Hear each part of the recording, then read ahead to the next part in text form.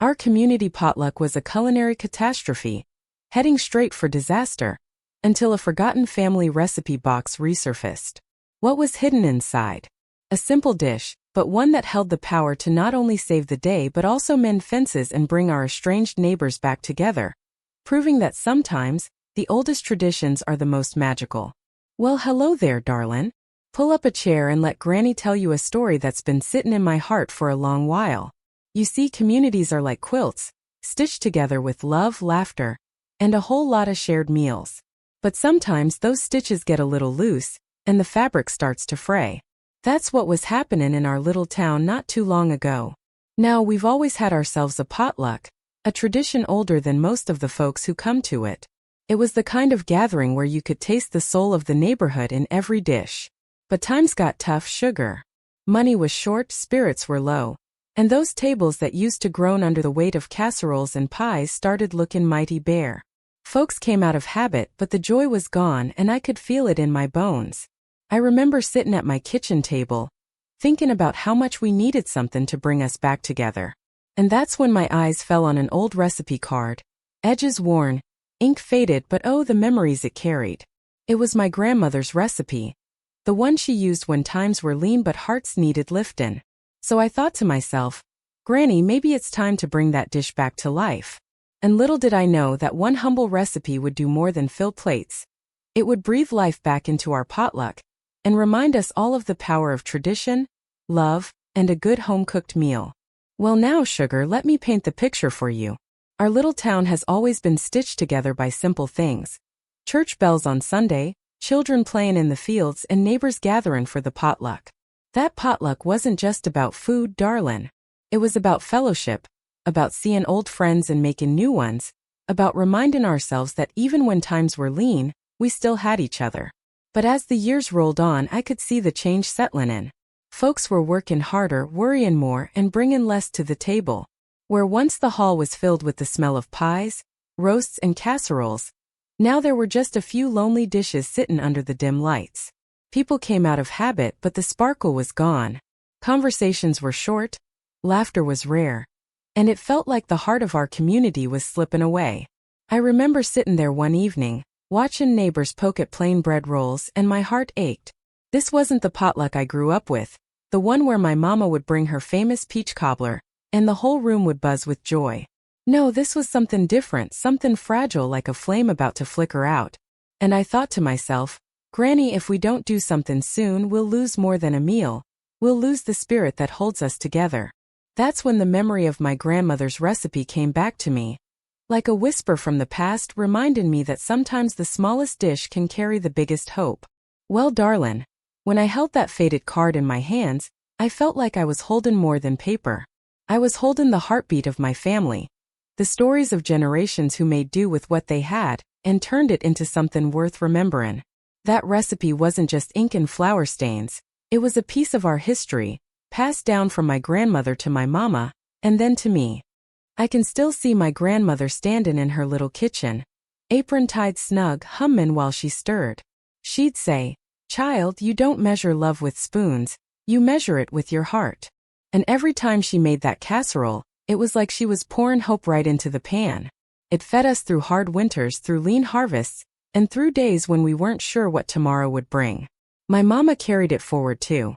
She'd make it for church suppers, for neighbors who'd lost someone, or for celebrations when joy overflowed.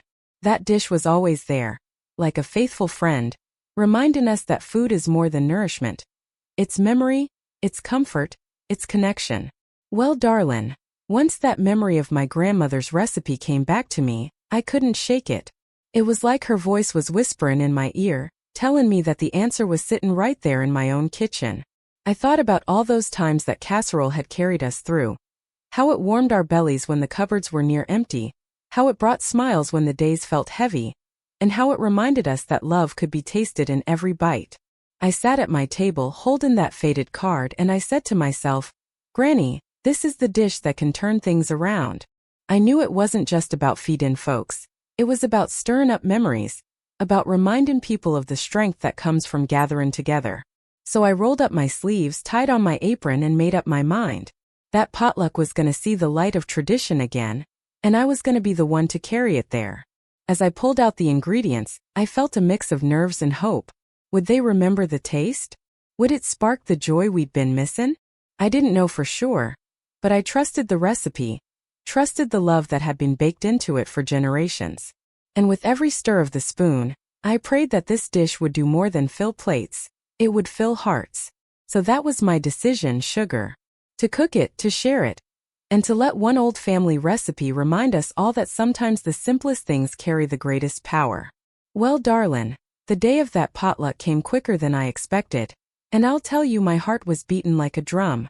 I packed up that casserole still warm from the oven, and carried it like it was a treasure chest filled with memories. As I walked into the hall, I could feel the heaviness hanging in the air. Folks were sitting quiet, poking at plain dishes, and it seemed like the joy had slipped right out the door. I found a spot right in the middle of the table and set my dish down. Before I even lifted the lid, heads started turning. Someone whispered, "What's that smell?" And another leaned closer, eyes wide like they hadn't seen something homemade in a long while. I smiled, took off the cover, and let the steam rise up like a blessing. The colors, the aroma, it was like my grandmother herself had walked into that room. People gathered round, plates in hand, and the first spoonful brought a hush, then a smile, then laughter. One neighbor said, "Granny, this tastes just like home," and another chuckled, "I haven't had something this good in years." And just like that, the silence was gone. The hall filled with chatter, children giggling, neighbors swapping stories, and the sound of forks clinking against plates. That casserole didn't just feed bellies, sugar. It fed spirits. It reminded us all that even in hard times, we could still find joy in gathering together. And I thought to myself, well, Granny, you did it. You brought the heartbeat back to this little town with one old recipe. And just like that, the silence was gone. The hall filled with chatter, children giggling, neighbors swapping stories, and the sound of forks clinking against plates. That casserole didn't just feed bellies, sugar. It fed spirits. It reminded us all that even in hard times, we could still find joy in gathering together. And I thought to myself, well, Granny, you did it. You brought the heartbeat back to this little town with one old recipe. Well, darlin', I'll tell you plain, the moment folks took that first bite, it was like watching a sunrise after a long cold night. Their eyes lit up, shoulders eased, and before long, the whole room was buzzing with chatter. One neighbor leaned back and said, "Granny, this tastes just like my mama used to make." Another laughed, "I didn't know I was hungry till I tasted this." And mercy, those words filled me with more joy than I can rightly say. Plates started clinking, spoons scrapping, and people lined up for seconds, even thirds. Children who had been sitting restless suddenly perked up, a skin for more, and the elders began swapping stories about their own family suppers. It was as if that casserole unlocked something deep inside us all. A memory, a comfort, a reminder of what it means to belong. I watched neighbors who hadn't spoken in months lean in close, sharing bites and Logan together. The air was thick with warmth, with gratitude, with the kind of fellowship you can't buy in any store. And I thought to myself, this is what we've been missing. Not just food, but the love that food carries. That recipe didn't just fill bellies, sugar. It stitched us back together.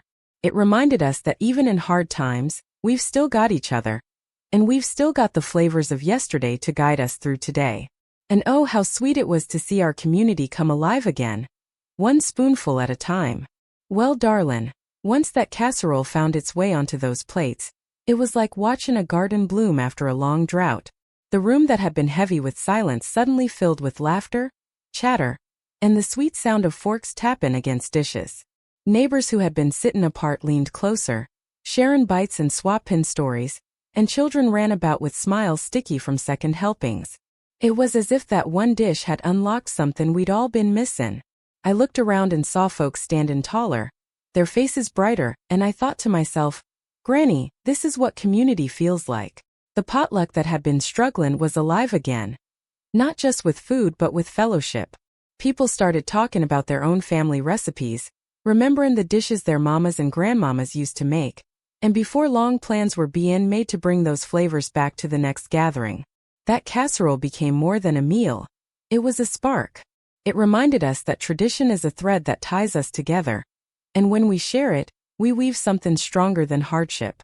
The hall echoed with joy, with gratitude, with the kind of spirit that makes a town feel like home. And I knew right then, sugar, that our potluck had been saved. Not by money, not by fancy dishes, but by love stirred into a simple recipe. One old family dish had given us back our heartbeat, and mercy, it was beautiful to see. Well, darlin', as I stood there watchin' folks laugh and share that casserole, it struck me plain as day.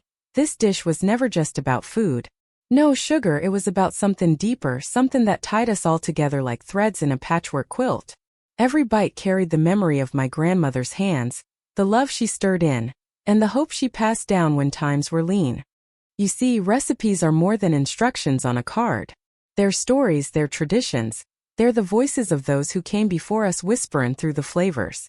That casserole reminded us that we weren't just neighbors. We were family stitched together by shared history. It showed us that even when the cupboards are bare, we can still find abundance in each other's company.